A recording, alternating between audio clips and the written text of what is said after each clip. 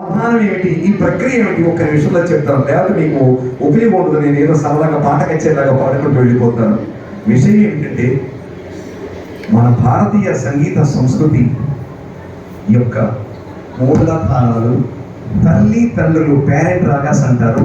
72 మేళకర్త రాగాలు ఉన్నాయి. ఎన్నోనండి అని కనీసం నేను వచ్చింది. అందుకే ఎన్ని ఉన్నాయి? మొత్తం 72 మేళకర్త రాగాలు ఉన్నాయి. అందుకే ఇక్కడ చూడండి, ప్రాథమిక అవగాహన సదస్సు అని పెట్టాను బోర్డు కూడా. దాని తర్వాత అవగాహన అన్నాం. ఇవాళంతా మనం రివర్స్ గేర్లో వెళ్తున్నాం. సన్మాన కార్యక్రమాలు ముందు అయిపోయి ఆ వెనుకున్నటువంటి సప్త సమాధానం ముందు దొరుకుతుంది. అవగాహన సదస్సు చివరికి వెళ్ళింది. కాబట్టి ఎందుకు ఈ పని నేను చేయటం, కొత్తగా నేను ఏమి సాధించడం కోసం మీ దగ్గరకు వచ్చాను, ఏమి చెప్పడం కోసం మీ దగ్గరకు వచ్చాను. నేను విద్యార్థిని, ఎవరి దగ్గర?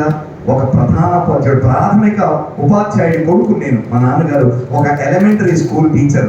ఓగేటి లక్ష్మీ నరసింహ శాస్త్రి గారు, సీతా అన్నపూర్ణమ్మ గారు నా తల్లిదండ్రులు. రాగల గ్రామం, మా గ్రామమే నాకు గోడలే సంగీతం నేర్పింది. రామాలయంలో గుడి గంటలే నాకు సంగీతం నేర్పాయి. నాకు సంగీతం, సాహిత్యం అన్ని మా నాన్నగారైన ఓగేటి లక్ష్మీ నరసింహ శాస్త్రి గారు నేర్పారు. వారే నా గురువు. అందరి గురువు అని చెప్పను నేను, గురు తుల్యులు అందరు, కానీ గురువు ఒక్కడే నాకు సంగీతం సాహిత్యంలో మా నాన్నగారే. ఆయన నాకు చిన్నప్పుడు 72 మేళకర్త రాగా చెప్పారు కానీ ఎప్పుడైనా ఇది చేయండి అది చేయండి చెప్పరా. నేను వాటిని ప్రేమించి ఒక 18-20 సంవత్సరాలు ఒక్కొక్క రాగాన్ని 5 గంటల చుట్టూ వాయించేశాను. దాదాపు 18 సంవత్సరాలు 5 గంటల రాగాన్ని వాయించడం అంటే ఆ సత్యం నా భార్య యొక్క దానికి కళ్ళు మూసుకొని పిచ్చివాళ్ళగా వాయిస్తూ ఉండేవాడిని. ఒక కనకాన్ని తీసుకుంటే గంటలు, రత్నానికి గంటలు, ఆకలైనప్పుడు అన్నం పెట్టడం, అదే పని చేయడం. ఒకరోజు అమ్మవారు 5 గంటలు రాగాన్ని వాయించిన వాడికి, అప్పుడు కథనామకు అయిపోయినాయి 72 రాగాలు. ఎవరు రికార్డు సాధించారో, ఇంతకుముందు ఎవరు చేశారో నాకు తెలియదు సుమా. నేను చేస్తూ పోతే ఒకరోజు కళ్ళు మూసుకొని వాయిస్తే రాగం 5 సెకండ్ల చొప్పున 72 మేళకర్త రాగాలు 6.5 నిమిషాలు కీర్తన వచ్చేసింది.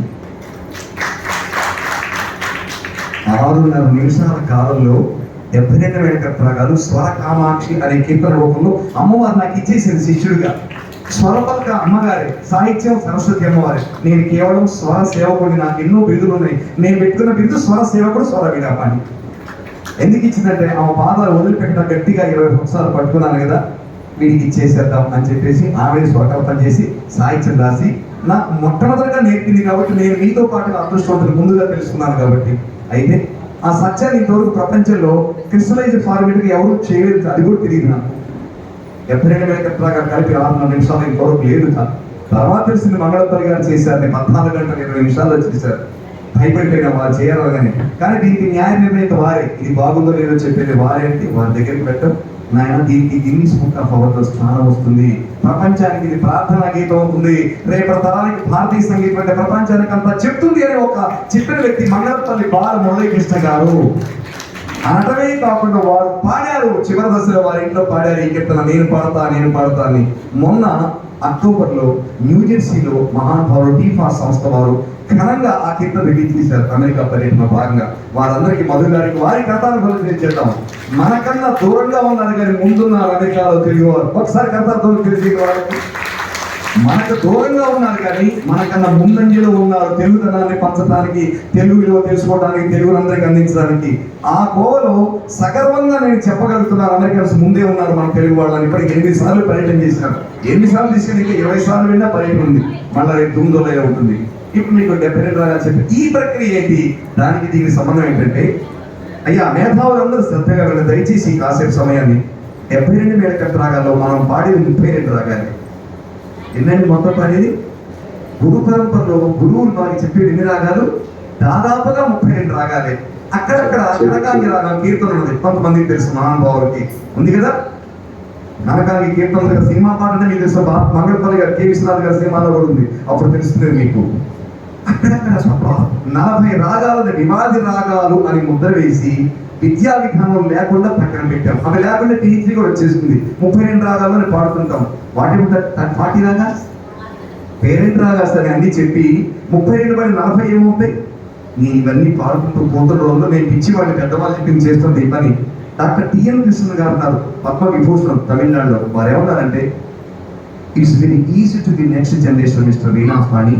If you can be communicated to the next generation in a wonderful way, the wonderful new compositions will be produced in the world. ఒకసారి నాయన 32 వాడుకలో ఉన్నాయి, 40 ఎవరికి తెలియదురా, మాకు 40 తెలుసు కానీ చెప్పలేకపోతున్నావు, సిలబస్ లేదు, నువ్వేంట్రా అన్నింటినీ 6.5 నిమిషాల్లో బంధించేసావు, ఆపకుండా రేపు తరానికి ఇస్తే ఎల్లుండి ఒక 40-50 ఏళ్ళ తర్వాత అద్భుతమైన స్వరకల్పనలు స్వరజలు పుడతాయి అన్నట్టు వాళ్ళు చెప్పారు. ఆ పని చేయడం కోసం సప్తస్వర అవధానాన్ని నేను ఎంచుకోలేదు. సప్తస్వర అవధానం పేరు పెట్టింది సాహితీమూర్తి అవధాన సరస్వతి, ఎవరు తెలిసిన పేదవారు రామబ్రహ్మ గారు పేరు పెట్టారు దానికి. ఇప్పుడు మీరు ఆనందాన్ని వ్యక్తపరచండి. నేనేంటండి అవధానం నాయన, ఒక సగర్వకారమైన విశిష్టమైన పని చేస్తున్నావా, ఇంతవరకు ఎవరు చేయలేదు ఈ పని. వివాద రాగాలు 40 తీసుకొని వేదిక మీద అడగంగా పాడే ధైర్యం కూడా ఎవరు చేయలేదు నాయన.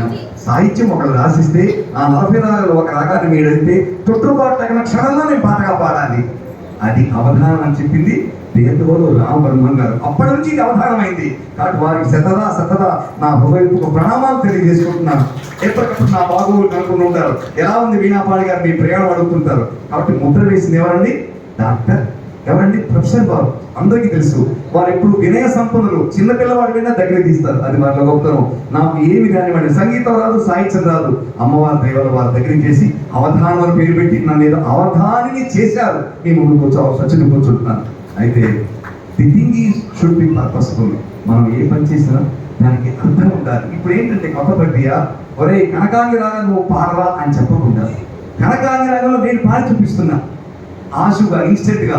అప్పుడు వాళ్ళకి నాటుకొని కొన్నాళ్ళ పోయిన తర్వాత ఇంటర్నెట్ లో వీణా పాడిన కనకాంగి కొడితే కొన్ని 100 పాటలు వస్తాయి, కొన్ని వేలావధానాలు చేస్తాను. ప్రతి పాటని ఇంటర్నెట్ లో యూట్యూబ్ లో పెట్టడం వల్ల కొత్త ఉపోద్ఘాతము, వదిలివేయబడ్డ 40 రాగాలకి కొత్త రూపం వస్తుందనే సంకల్పంతో నేను ఈ అవధానం చేస్తూ ముందుకు పెడుతున్నాను. మీకోసం, మీ బిడ్డల కోసం కొత్త సాహిత్యం రాయమన్నాను. రాసిన సాహిత్యం పాడను, కొండల నెలకు నా దగ్గరకు వచ్చేసి 3 రాగాల్లో పాడను. తప్పు, ఒకళ్ళు స్వరపరిచిన దాన్ని మనం ముట్టుకోకూడదు.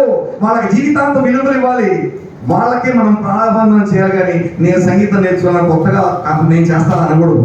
వారి సాహిత్యాన్ని గౌరవించాలి, వారి సంగీతాన్ని గౌరవించాలి. కాబట్టి ఇప్పుడు ఏం చేస్తారు మీరందరూ, తలా 4 లైన్లు ఎందుకన్నానంటే, ఒక ఆయన 50 లైన్లు రాసుకొస్తే నేనేం చేయి మిగతా సంగతి.